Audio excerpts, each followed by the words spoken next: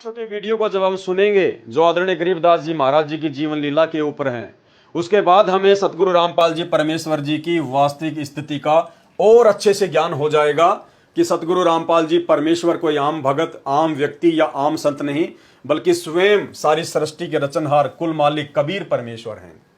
तो सबसे पहले आदरणीय गरीबदास जी महाराज जी के विषय में सतगुरु रामपाल जी परमेश्वर जी ने बताया कि गरीबदास जी महाराज जी ने बताया अपने सदग्रंथ साहिब में कि भाई ना तो कबीर परमात्मा माँ के गर्भ से आए और भाई ना हमने माँ के गर्भ से जन्म लिया, ना हम माँ के गर्भ से आए। हम यानी गरीबदास जी कह रहे हैं कि ना तो कबीर जी का जन्म हुआ और ना हम माँ के गर्भ से आए। तो ये सत्संग आप जी सतगुरु रामपाल जी परमेश्वर जी के मुख कमल से सुनिए और सुनने के बाद में फिर आपको पक्का यकीन हो जाएगा। भाई जब आदरणीय गरीबदास जी महाराज जी की माता भी थी, गरीबदास जी महाराज जी के जो है पिताजी भी थे, वो भी एक गांव में आए, उन्होंने लीला की माँ के गर्भ से जन्म लेने की, दुनिया की दृष्टि को धोखा देते हुए। गरीबदास जी महाराज जी ने शादी भी की, उन्होंने 6 बच्चे भी उत्पन्न किए और उसके बाद भी वो कह रहे हैं कि भाई हम माँ के गर्भ से नहीं आए। तो भाई और बहनों, आपको सतगुरु रामपाल जी परमेश्वर जी का वही लीला में जीवन बहुत अच्छे से समझ में आएगा। जब गरीबदास जी महाराज जी ऐसी लीला 350 साल पहले कर सकते हैं, परमात्मा हो सकते हैं, तो भाई और बहनों फिर सतगुरु रामपाल जी परमेश्वर जी के परमात्मा होने में भला कहां दिक्कत है। तो सुनिए गुरुदेव भगवान के मुख कमल से प्रमाण दे रहे गरीबदास जी कि कबीर साहब मां के पैदा नहीं हुई थी और ना हम गर्भ में आए भाई, शब्द स्वरूपी रूप हम। इसके अलावा सतगुरु रामपाल जी परमेश्वर जी ने सत्संग में बताया कि ग्रंथ साहिब में लिखा हुआ है, जिसमें बीच बीच में आदरणीय गरीबदास जी महाराज जी ने यह प्रमाणित किया है कि मैं ही कबीर साहिब हूं, मैं कबीर परमात्मा हूं। आदरणीय गरीबदास जी ने स्वयं के विषय में प्रमाणित किया है कि मैं कबीर परमात्मा हूं। सुनिए छोटा सा सत्संग सतगुरु रामपाल जी के मुख कमल से, उसके बाद आपको यकीन हो जाना चाहिए कि जब गरीबदास जी महाराज जी ऐसी लीला करते हुए परमात्मा हो सकते हैं, बंदी छोड़ हो सकते हैं, तो सतगुरु रामपाल जी परमेश्वर जी के तो परमात्मा होने में कोई संशय ही नहीं है। हम ही दिल दरिया हैं बाई, हम ही बिंदु सिंध गर्क छाई, हम ही लहर तरंग उठावे, हम प्रगट हम ही छिप जावे, हम ही गुप्त गुज गंभीरा, हम ही अवगत हमें कबीरा। अब बंदी छोड़ा अपना भी भेद दें गरीबदास जी कि मैं कबीर हूं और भाई मैं पूर्ण ब्रह्म परमात्मा हूं। या गरीबदास जी भी यही प्रमाण यानी गुप्त रूप में कभी कहीं कहीं अपना प्रमाण दे जाते हैं। हम ही मुर्जी व मैदानी, हम ही शब्द महोदद खानी, हम ही गर्जें हम ही बरसें, हम ही कुल्प जड़ें हम नरखें, हम ही कुची हम ही ताला, हम ही मानक हीरे लाला, हम ही श्राप जौहरी कैया, हमरे हाथ लेखनी बैया। मेरे हाथ में सारे कर्म है आपके। हाथ का तात्पर्य कि मैं कहूंगा जब इनकी पार नहीं बसाओगी, ना ब्रह्मा की, ना विष्णु की, ना निरंजन की। जब मेरे हाथ में कलम मेरे हाथ में है और उसी समय पकड़ के यूं कर दूंगा पूरी बही का ऊपर का, चल भाई आ जाओ मार। जिसने सार नाम ले लिया और सार शब्द पूरे अपने मारे संत ने ले लिया और उसकी फिर मर्यादा में गुरु शिष्य की जो मर्यादा होती है उसमें रहे, जब जाकर बात बनेगी। वो नहीं नाम ले लिया गुरु की तरह आपकी तो मरो बुलाए तो भी ना आवे, हुआ बात नहीं भाई। कति सरदड़ की बाजी ला दे। महाराज कहे सर्वस सौंप देत साहेब को काज जिनों के सरिया। जो सर्वस कहते हैं मम संत मुझे जान मेरा स्वरूपम, मेरे संत को मेरा ही स्वरूप समझना। जब बात बनी इन्हों ना सोचियो कि मैं न सोचो कबीर बन गया ना, मैं तो बताऊं सुन के नियम है ये, आगे थारी मर्जी तुम क्या सोचो क्या करो कैसे करो, ये नियम संविधान बता रहे हैं उनके। हम ही भगली हम ही कोतवाल हम ही काजी, हम ही भगले गुरु हैं बाजी, ये सब खेल हमारे किए हमसे मिले सुनिश्चय जिए। ये सब हमारे खेल बनाए हुए से, निरंजन हमने बनाया और ये किस ब्रह्मंड इसको बनाकर हमने दिया, नो का हमसे मिले सो निश्चय जिए। इसके अलावा भाइयों और बहनों, आपने आदरणीय गरीबदास जी महाराज और राम राय जी के ऊपर एक सत्संग सुना होगा, झूमकरा का अंग। झूमकरा तत्व ज्ञान कोई ना कह रे झूमकरा, ये पैसे ऊपर नाच सुनो रे झूमकरा। यानी गुरुदेव भगवान ने सत्संगों में बताया और गरीबदास जी के सदग्रंथ साहिब में भी लिखा हुआ है।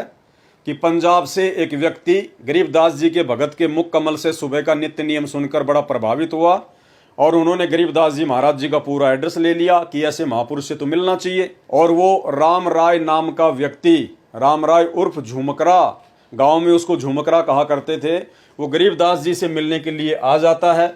और उस सारी कहानी का आप और हमें पता है कि किस प्रकार से वो गरीबदास जी से मिलने के लिए इतना आतुर था कि वो उनसे मिलने के लिए खेतों में चल पड़ता है। उधर से आदरणीय गरीबदास जी महाराज जी आ रहे थे अपने सिर पर पशुओं का चारा लेकर, भरोटा लेकर। अब गरीबदास जी तो अंतर्यामी थे, जानी जान थे, परमात्मा थे।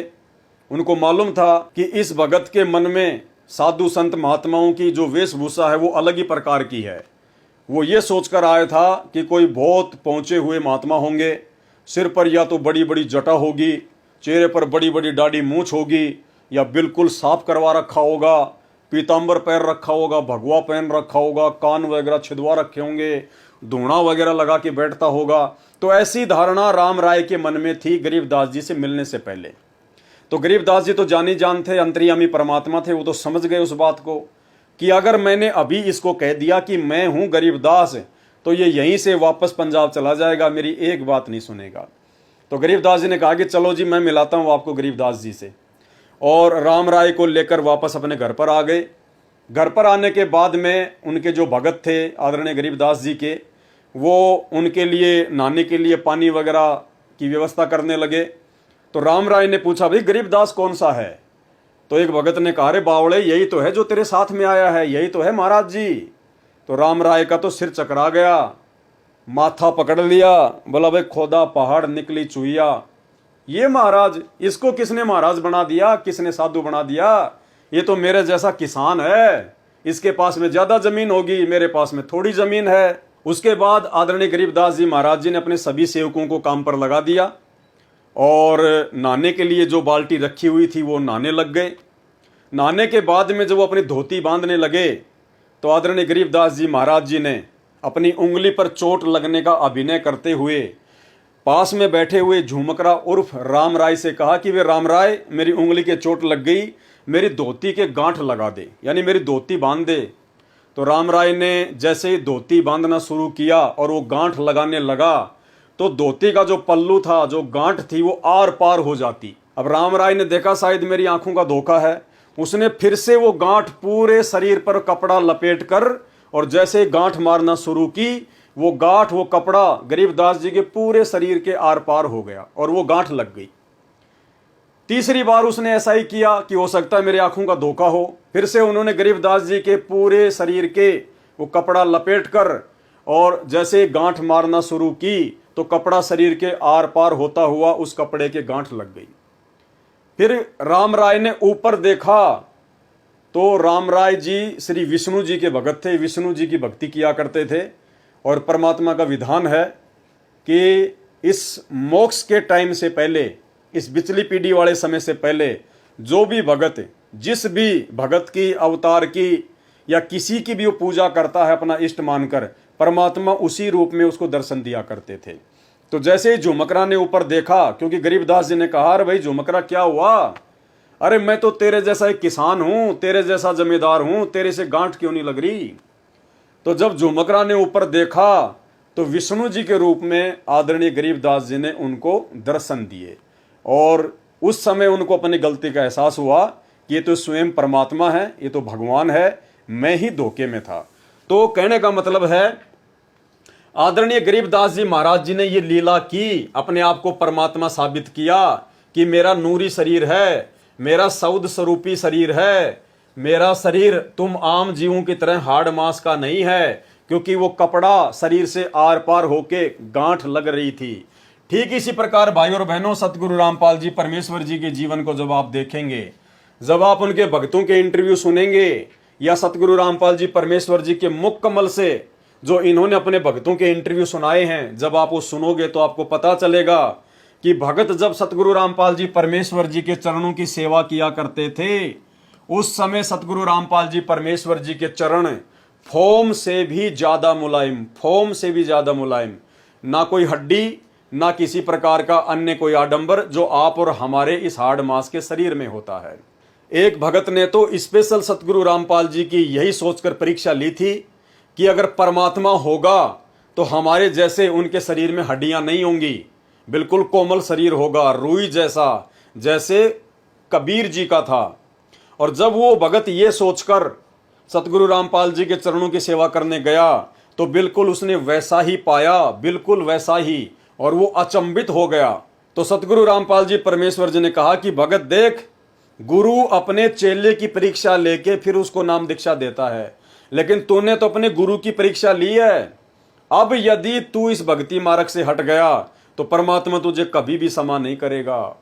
तो भाई और बहनों, सुनिए इंटरव्यू सतगुरु रामपाल जी परमेश्वर जी के भक्तों के, जिसमें आपको पता चलेगा कि जब वो परमेश्वर जी के चरणों की सेवा किया करते थे तो परमेश्वर जी के चरण रुई से ज्यादा मुलायम, फोम की तरह, क्योंकि परमेश्वर जी का सौद स्वरूपी शरीर है, नूरी शरीर है, तेज पुंज की देह है। आप और हमारी तरह हार्ड मांस की देह नहीं है। के बाद आश्रम क्रोथा में खाना खाया तो दर्द नहीं हुआ। दांतों को हाथ लगाकर देखा तो वो हिल रहे थे, लेकिन कम हिल रहे थे, और वो अब भी हिलते हैं लेकिन तकलीफ नहीं। इसके बाद दर्शनों के लिए गया तो चरण सेवा मिली तो सतगुरु देव के चरण ऐसे लगे जैसे फोम की रुई से भी नरम हो। तो मैं तो ऐसा हो गया कि न कोई चिंता और न कोई तकलीफ। मैं बहुत खुश हो गया। अपने आप ही मन में आता रहा कि इनसे ऊपर कोई और शक्ति नहीं। इसके अलावा आदरणीय गरीबदास जी महाराज स्वयं ही कबीर परमात्मा थे, बंदी छोड़ते।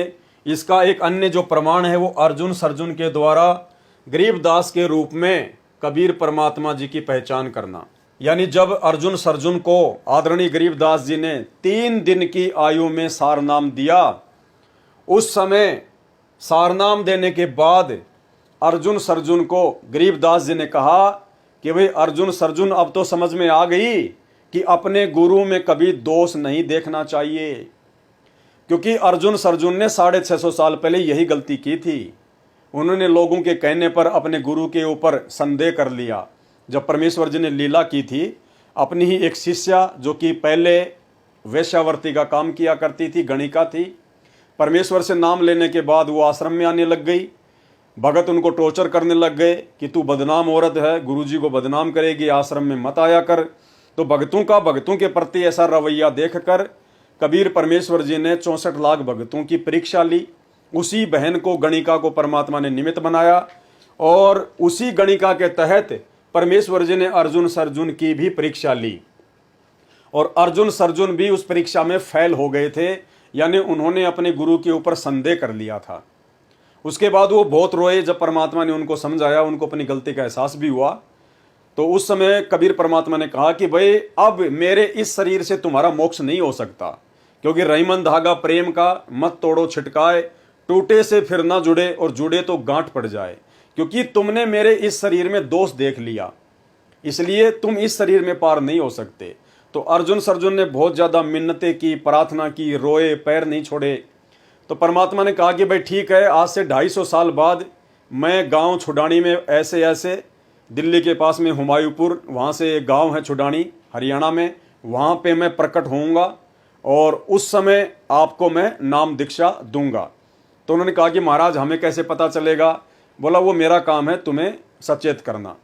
तो जब गरीबदास जी महाराज जी आए, कबीर परमात्मा गरीबदास जी के रूप में गांव छुडानी में सन 1717 में आए, और जब 3 दिन के ही थे शिशु रूप में, उसी समय उन्होंने सौपन के माध्यम से अर्जुन सर्जुन को संदेशा दिया कि भाई मैं आ चुका हूं, आ जाओ। अर्जुन सर्जुन आए और मात्र 3 दिन की आयु में आदरणीय गरीबदास जी महाराज जी ने रानी माता को गहरी नींद में सुला दिया, और मात्र 3 दिन की आयु में अर्जुन सर्जुन को सारनाम दिया। और वो 250 साल के अर्जुन सर्जुन आदरणीय गरीबदास जी के पैरों में पड़कर रोने लगे। उस समय 3 दिन की आयु के उस बच्चे आदरणीय गरीबदास जी महाराज जी ने कहा कि अर्जुन सर्जुन समझ में आ गई कि अपने गुरु जी पर कभी भी संदेह नहीं करना चाहिए, अपने गुरु में कभी भी दोष नहीं देखना चाहिए। तो ये एक प्रमाण है कि गरीबदास जी के रूप में अर्जुन सर्जुन ने अपने गुरु कबीर परमात्मा को पहचाना। तो आप जी सुनिए ये छोटा सा शब्द जिसकी एक चौपाई जिसमें परमात्मा ने कहा है कि अर्जुन सर्जुन ने पहचान लिया और छुडानी में दर्शन आन किया। अर्जुन सर्जुन ने पिछान लिए, छुडानी में दर्शन आन किए। अर्जुन सर्जुन ने पहचान लिया, छुडानी में दर्शन आन किए। ए रानी नंदन हमने जान लिए, बल राम पिता जनाया है, भक्ति की भिक्षा दे मीद कटोरा लाया है। सत कबीर दवारे तेरे पैक दास भिखारी आया है। तो भाइयों और बहनों, ठीक इसी प्रकार जैसे अर्जुन और सर्जुन ने कबीर जी को आदरणीय गरीबदास जी के रूप में पहचान लिया था, ठीक इसी प्रकार आज हजारों की संख्या में सत्सेवक भाई और बहनों ने अपने उसी कबीर परमात्मा को, जो 650 साल पहले आए थे, हमारे गुरु थे, जो आज सतगुरु रामपाल जी परमेश्वर जी के रूप में पुण्य धरती पर प्रकट हो चुके हैं, हमारा उद्धार करने के लिए, हमसे भक्ति करवाने के लिए। तो आज हजारों की संख्या में सत्सेवक भाई बहनों ने अपने कबीर परमात्मा को पहचान लिया है सतगुरु रामपाल जी परमेश्वर जी के रूप में। इसके अलावा जिस प्रकार से आदरणीय गरीबदास जी महाराज जी को, जो कि 300 साल पहले धरती पर सहशरीर प्रकट थे, जिनको दुनिया पहचान नहीं पाई और ना पहचानने के चलते दुनिया ने उनमें 100 नुक्स निकाले, 100 नुक्स। इसके ऊपर सतगुरु रामपाल जी परमेश्वर जी ने अपने सत्संग भी किया हुआ है। छोटा सा सत्संग 2 मिनट का सुन लीजिए, जिसमें गुरुदेव भगवान ने कहा है कि गरीबदास जी महाराज जी को ना पहचान कर दुनिया ने उनमें 100 नुक्स निकाले, उनको बावड़ा कहा, उनको पागल कहा, ना जाने क्या क्या उपाधियां उनको दी। और भोग की आरती के शब्द में हम पढ़ते हैं कि जीव जो ना सत्संग में आया, भेद ना उसे भजन का पाया। गरीबदास जी को भी बावड़ा बताया, क्या कर ले इस दुनिया शाणी का। उसके बाद आपको यकीन हो जाना चाहिए कि दुनिया तो ऐसी ही है, दुनिया का काम है केवल नुक्स निकालना। लेकिन जिन आत्माओं को ज्ञान समझ में आ गया, जो परमात्मा के विशेष हीरे मोती लाल हैं, जिन आत्माओं के लिए परमात्मा युगों युगों से भटक रहा है, वो आत्मा अपने परमेश्वर जी को पहचान चुकी हैं, जान चुकी हैं, सतगुरु रामपाल जी के रूप में उनकी पहचान कर चुकी हैं।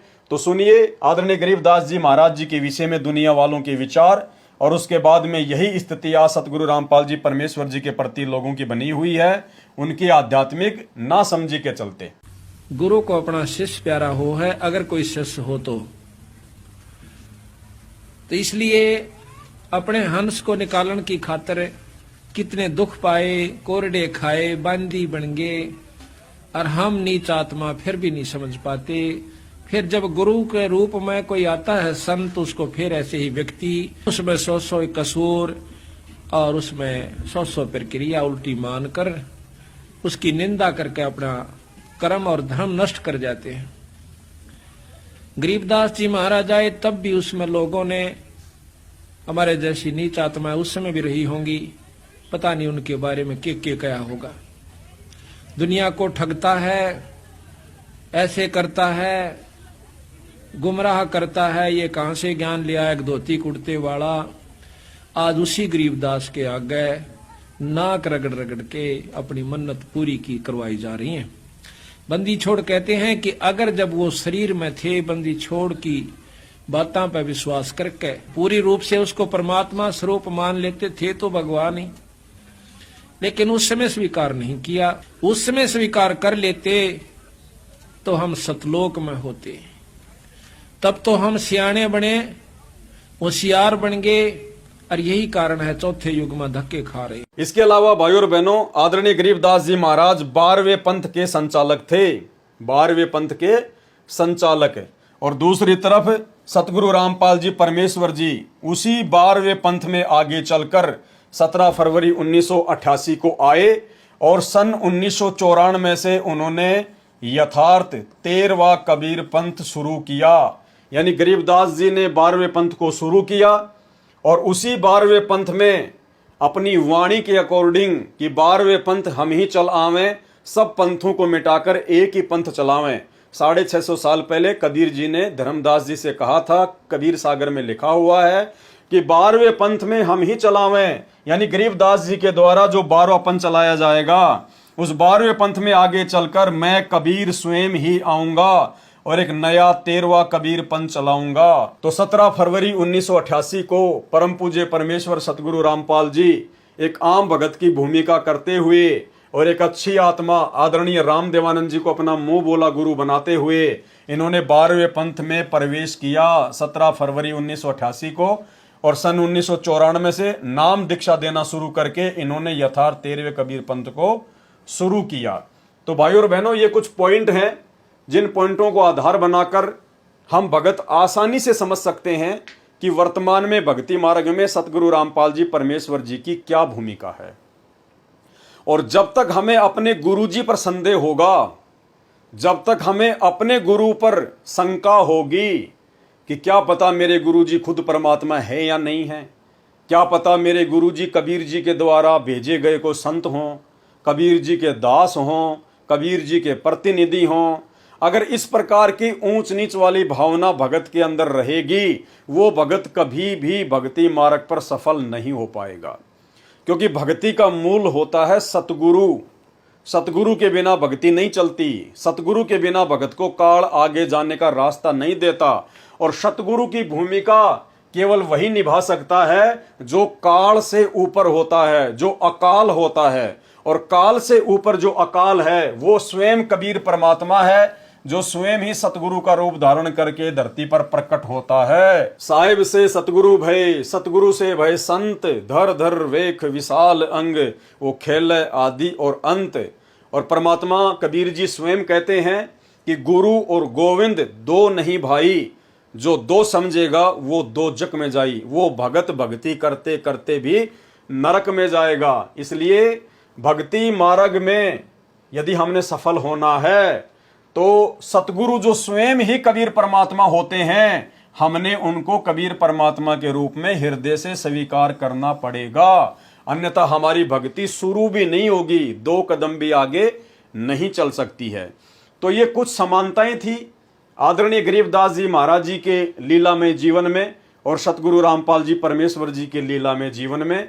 इन समानताओं को देखकर आप जी को भली भांति यकीन हो जाना चाहिए कि हमारे गुरुदेव कोई सामान्य संत, सामान्य व्यक्ति या कबीर परमात्मा के कोई प्रतिनिधि नहीं है, ये स्वयं ही कबीर परमात्मा है, जो हम जीवों की चरम दृष्टि को धोखा देते हुए और काल के साथ आंख में चोली करते हुए इस कलयुग की बिचली पीढ़ी में 8 सितंबर 1951 को गांव धनाना, जिला सोनीपत, हरियाणा में स्वयं प्रकट हैं और परमेश्वर अपने मूल ज्ञान को जन जन तक पहुंचा रहे हैं, अपनी अच्छी आत्माओं को अपनी शरण में ले रहे हैं। तो अब हम भक्तों ने भी किसी प्रकार की भक्ति मार्ग पर कोई कमी नहीं छोड़नी चाहिए, जब हमें सतगुरु की पूर्णतया पहचान हो।